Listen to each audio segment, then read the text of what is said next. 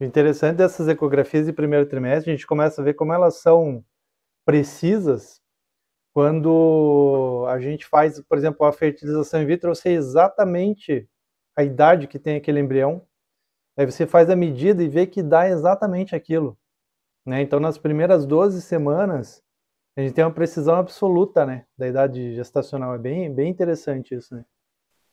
Tem. Eu sempre falo brincando, né? A pessoa pergunta, dá para confiar?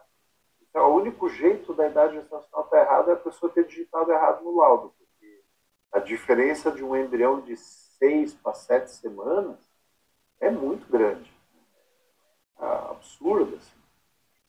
Sei lá, um embrião de 6 semanas tem 5 milímetros. O de 7 tem 1,5 cm. É o dobro do tamanho. Errar em uma semana é muito difícil. Provável. E de gravidez ectópica, você lembra assim algum caso mais esdrúxulo que já pegou assim uma localização assim mais improvável que já pegou aí? Teve casos esdrúxulos, você pediu. Há uns anos atrás, teve uma paciente com uma gestação heterotópica, então ela tinha concomitantemente uma tópica e uma ectópica. Tá? A tópica dela foi identificada, então ninguém pensou na possibilidade da ectópica, mas a mulher tinha uma ectópica no pâncreas.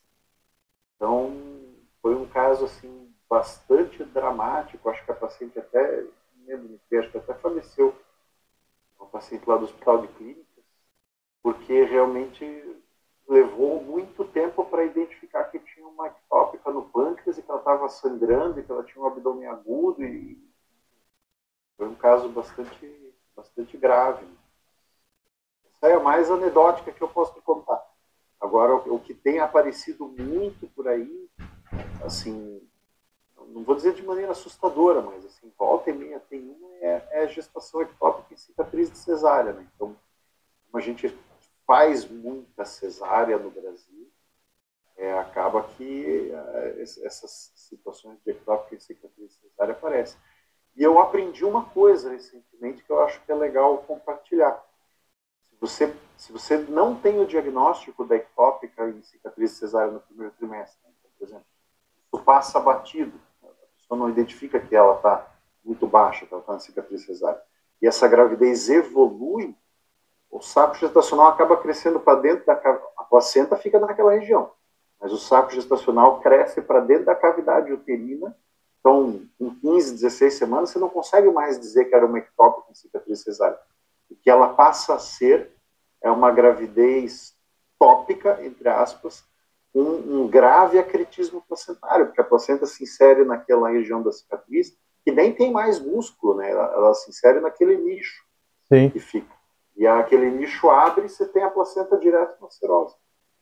Então, assim, eu nunca tinha atentado para isso, mas a evolução natural de uma gravidez ectópica em cicatriz cesárea, quando você tem uma conduta expectante, é virar uma gravidez, entre aspas, tópica, só que com um acretismo placentário muito grave.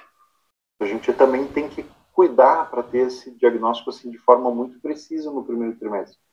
Porque se a gente deixa esta gravidez evoluir, ela realmente ela passa a ser muito grave. Com certeza. Agora, sim, também respeitando o desejo da paciente de gestar a gravidez ectópica cesárea ou de preservar ela, é uma coisa muito interessante. Assim, tem muitos e muitos e muitos relatos na literatura de sucesso em conduta expectante para gravidez ectópica e cicatriz cesárea. Só que sucesso não quer dizer assim, sai todo mundo bem e ileso. É um parto que é feito de maneira prematura, 34, 36 semanas, às vezes até um pouco antes, 32, e a mãe geralmente acaba esterectomizada. Mas viva, e a criança viva, e no fim, todo mundo bem, claro que às custas de correr um risco grave. E o obstetra com uma coronária a menos, né? O obstetra com uma coronária.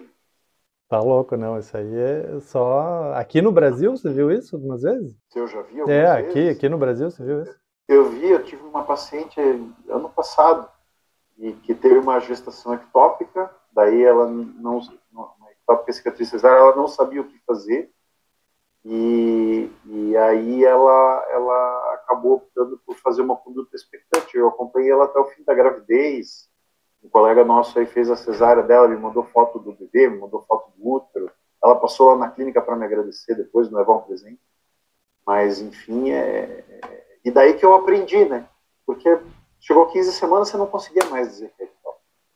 E aí, faz, sei lá, talvez questão de 15, 20 dias atrás, a gente estava discutindo lá um caso do Hospital de Clínicas, onde a paciente tinha um diagnóstico de acretismo placentário. E quando a gente foi olhar as imagens do exame lá de 12 semanas, aí dava para ver que, na verdade, não era uma gravidez ectópica, era uma ectópica em cicatriz cesárea. Que acabou, e essa, cara, eu teve uma evolução diferente, porque o que aconteceu? Parte da placenta cresceu para dentro do colo uterino, então ela chegou com 15 semanas com o colo uterino aberto, com 4 centímetros. Meu Deus. Porque a placenta dela agiu, ela já tinha outras gestações, então não tinha incompetência cervical, não tinha esse diagnóstico, mas a placenta dela agiu como um dilatador mecânico do colo, entendeu? Sim. Então ela chegou com 15 semanas, com 4 centímetros, uma parte da placenta já exposta no colo uterino e o bebê lá dentro. E, óbvio, com 17 semanas, 4 centímetros, ela ficou mais uns dias internada, rompeu bolsa, foi em trabalho de parto, infelizmente acabou perdendo o bebê e perdendo o útero, porque tinha um acretismo aí grave. E a gente vai conversando aqui, né? A gente acaba nem falando da infertilidade, né? Que seria o foco aqui, mas é porque é tanto caso interessante aí que o Rafael conhece. O Rafael, para quem não sabe, ele também faz cirurgia fetal. O que é cirurgia fetal? Ele opera o bebê dentro do útero da mãe. Então, o clássico aí, né, que a gente vê ele falar é da mielomeningocele, né, Rafael? Que é quando o bebê tem mielomeningocele é o que mais a gente opera, né? É o que mais tem maior volume. Quando o bebezinho tem um defeito na coluna, né, aquela coluna aberta, né, tem vários tipos clínicos ali, tipos cirúrgicos, e aí ele e a equipe dele vão lá, entram intrauterinamente e operam esse bebê.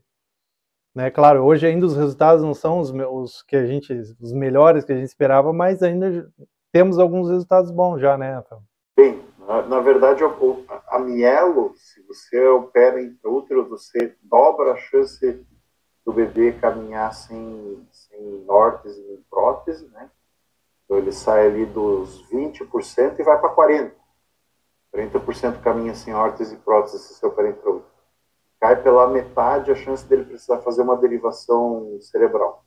Então, os que operam depois que nasce, 80%. Mas eu queria agradecer aqui mais uma vez a tua disponibilidade, né, de ficar essa hora inteira aí com a gente. Muito obrigado aí, Rafael, e sempre que precisar a gente pode conversar também no teu canal lá, né, falar também um pouco da minha experiência com a reprodução aí para ajudar os teus alunos aí, né.